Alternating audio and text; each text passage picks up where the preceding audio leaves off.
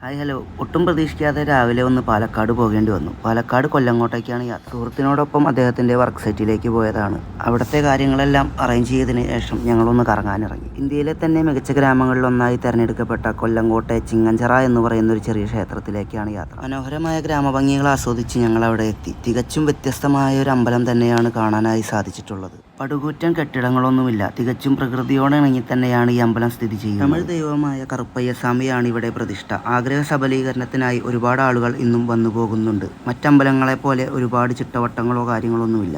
എന്തിനേറെ സ്ഥിരമായ ഒരു പൂജാരി പോലും ഇവിടെയില്ല.